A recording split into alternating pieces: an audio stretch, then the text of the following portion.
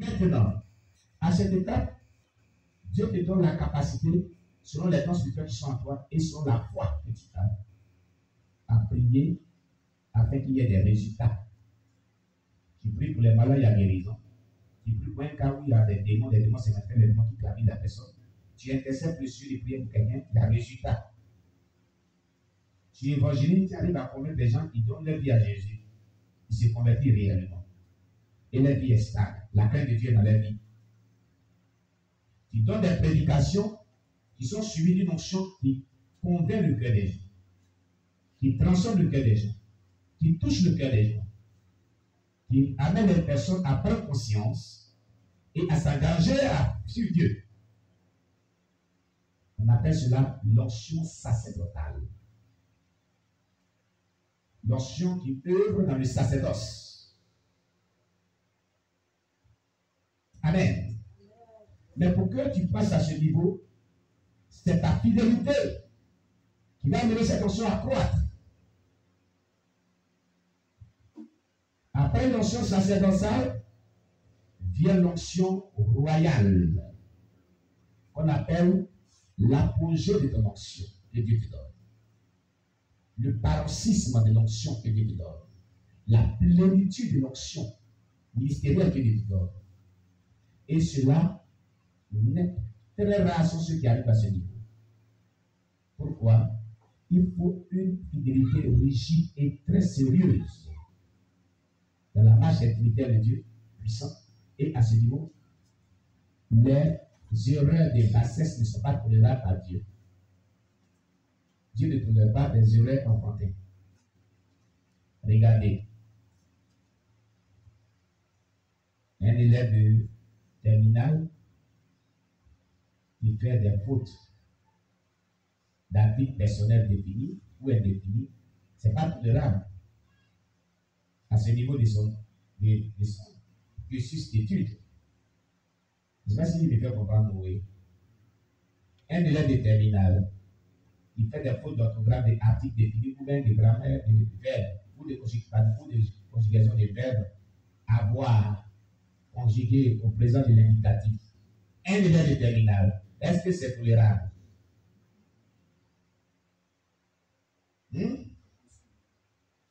Conjugaison du verbe avoir au présent de l'indicatif à la première personne. Il n'arrive pas à le faire. Est-ce que c'est tolérable? Un élève de terminale. Un élève qui présente le bac. C'est comme ça. Quand vous arrivez à l'onction royale, il y a des erreurs que Dieu peut vous pardonner. C'est-à-dire, il y a des choses qui doivent quitter votre vie.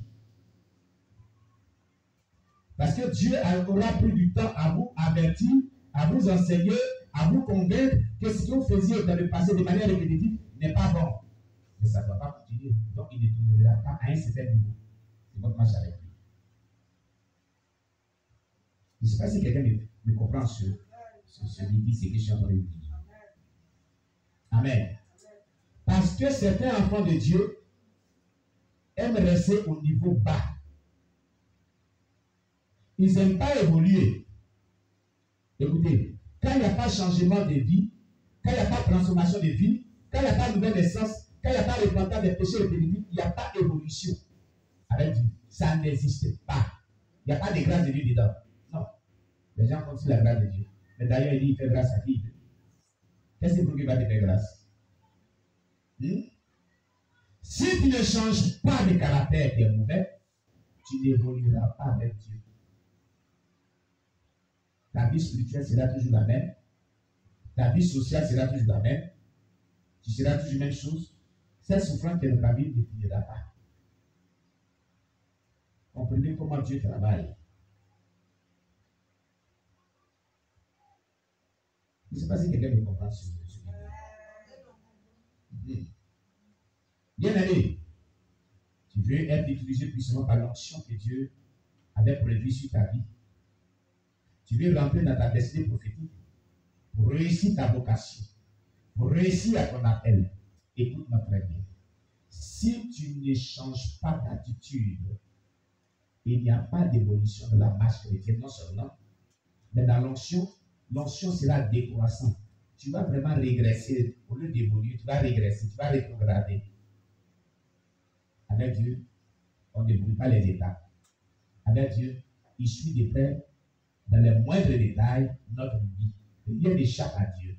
C'est les hommes qui peuvent vraiment oublier certaines choses. Mais Dieu n'oublie pas. Il reste le même hier, aujourd'hui et éternellement. Il suit minutieusement tout ce qu'on fait. Rien ne lui échappe. Donc, avec Dieu, il faut être droit. Il faut marcher dans la droiture, dans l'honnêteté, dans l'intégrité, dans la justice, dans la crainte de Dieu. Voici des vertus que Dieu veut avoir dans la vie de ses enfants. Et s'il y a des personnes bibliquement prouvées qui ont pratiqué ces vertus-là, et que ces vertus ont favorisé leur développement des notions que Dieu les avait données et de leur relation avec Dieu, pourquoi pas nous? La Bible dit dans Ecclésiaste 5, verset 15, Ecclésiaste 3, verset 15, pardon, pas pour moi. Ecclésiaste chapitre 3, verset 15, ce qui est, a été, ce qui sera, a été, et Dieu ramène ce qui s'est toujours passé. Donc, ce que tu vis là, le problème qui est dans ta vie là, a été vécu par des personnes dans la Bible et sur la terre. Même de nos jours, des personnes ont vécu cela.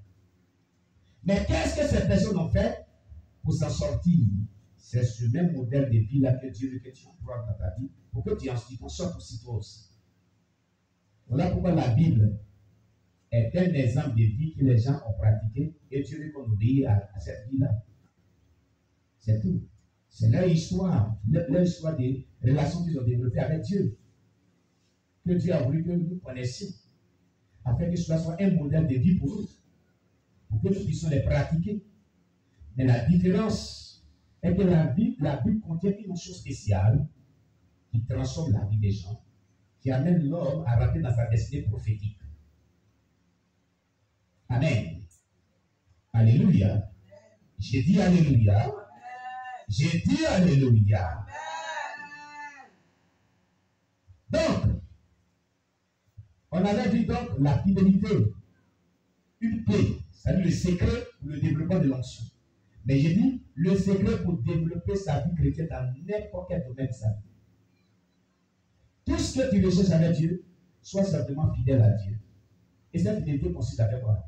À lui être soumis, c'est tout. Quand tu es soumis à Dieu, il n'y a rien que tu lui demanderas et il ne fera pas pour toi. Parce qu'il sera heureux. Il sera content. Donc sa faveur s'attachera à ta vie. Mais l'infidélité avec Dieu apporte le malheur, apporte le désastre, apporte l'angoisse, apporte les blocages, apporte de la sécheresse spirituelle, la malédiction, et livre aux attaques du diable, t'expose, disons, aux yeux des ténèbres. Ta vie ne sera pas protégée. Amen. C'est ainsi que nous avons vu connaître le chronomètre de Dieu. On avait dit comme ça que l'onction, le ministère, c'est l'onction qui est sur nous. Bien qu'on peut être appelé à un ministère particulier, on peut ne pas recevoir l'onction sur nous pour entrer et fonctionner dans ce ministère jusqu'au temps convenable. C'est pour ça qu'il a dit que Dieu dit qu'il y a un temps pour toutes choses. Jusqu'au temps convenable. Donc, il y a un temps pour rentrer dans son appel ministériel. Il y a un temps d'appel. Il y a un temps d'observance par rapport au ministère auquel Dieu t'a appelé auprès d'un homme de Dieu. Il y a un temps de formation.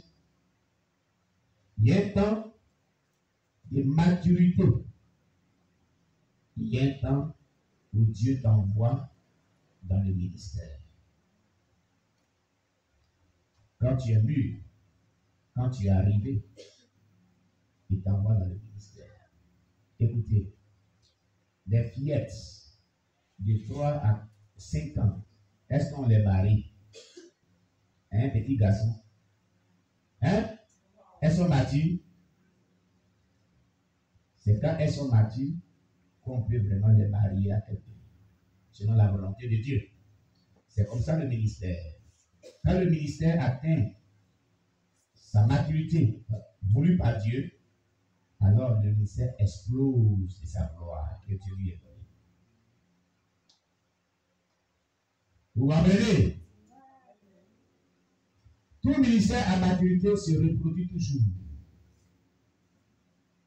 Toute vie chrétienne à maturité produit des bons fruits.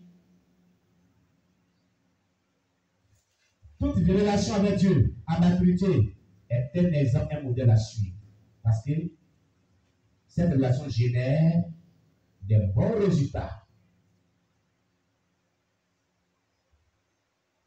J'espère qu'il me fait comprendre. Alléluia. Est-ce qu'il y a une personne qui me comprend?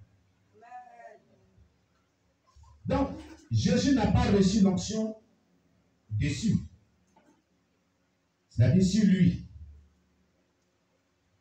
Jusqu'à ce qu'il ait 30 ans.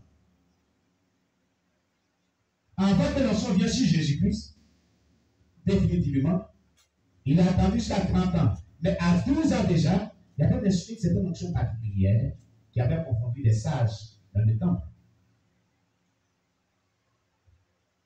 Donc, même tant bien que le temps de l'exercice du ministère, Dieu est en train de te faire vivre cela, mais de temps à autre, il envoie de manière fragmentale certaines portions d'onction pour t'utiliser, pour te mettre toujours en confiance.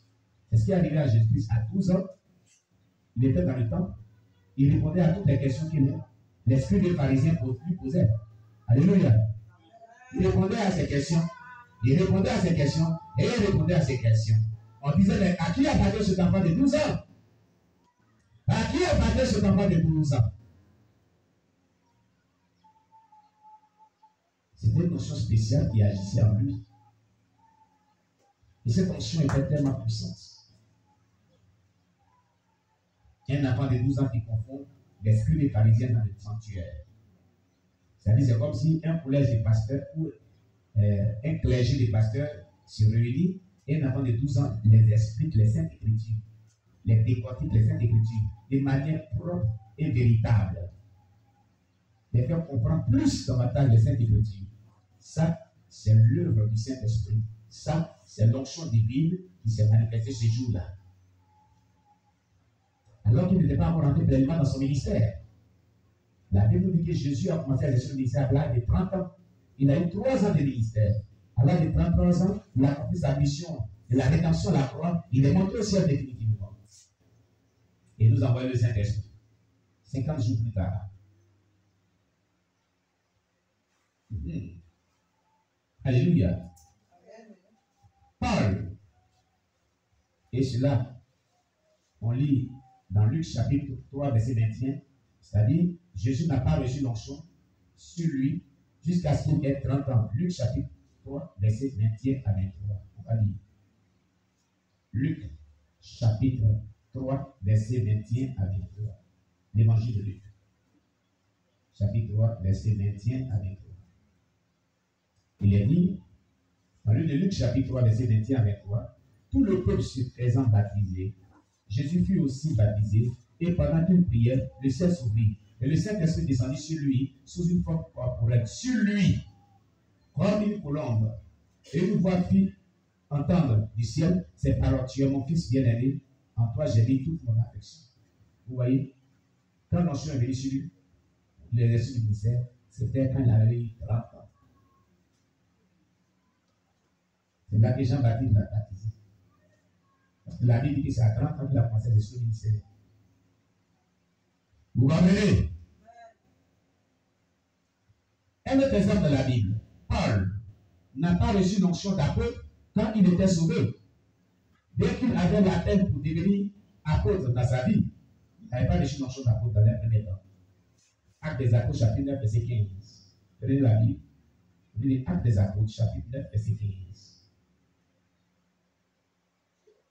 La Bible nous dit, mais le Seigneur lui dit, va, car cet homme est un instrument que j'ai choisi pour porter mon nom devant les nations, devant les rois et devant les fils d'Israël. Vous voyez, C'est Dieu qui parlait à Ananias.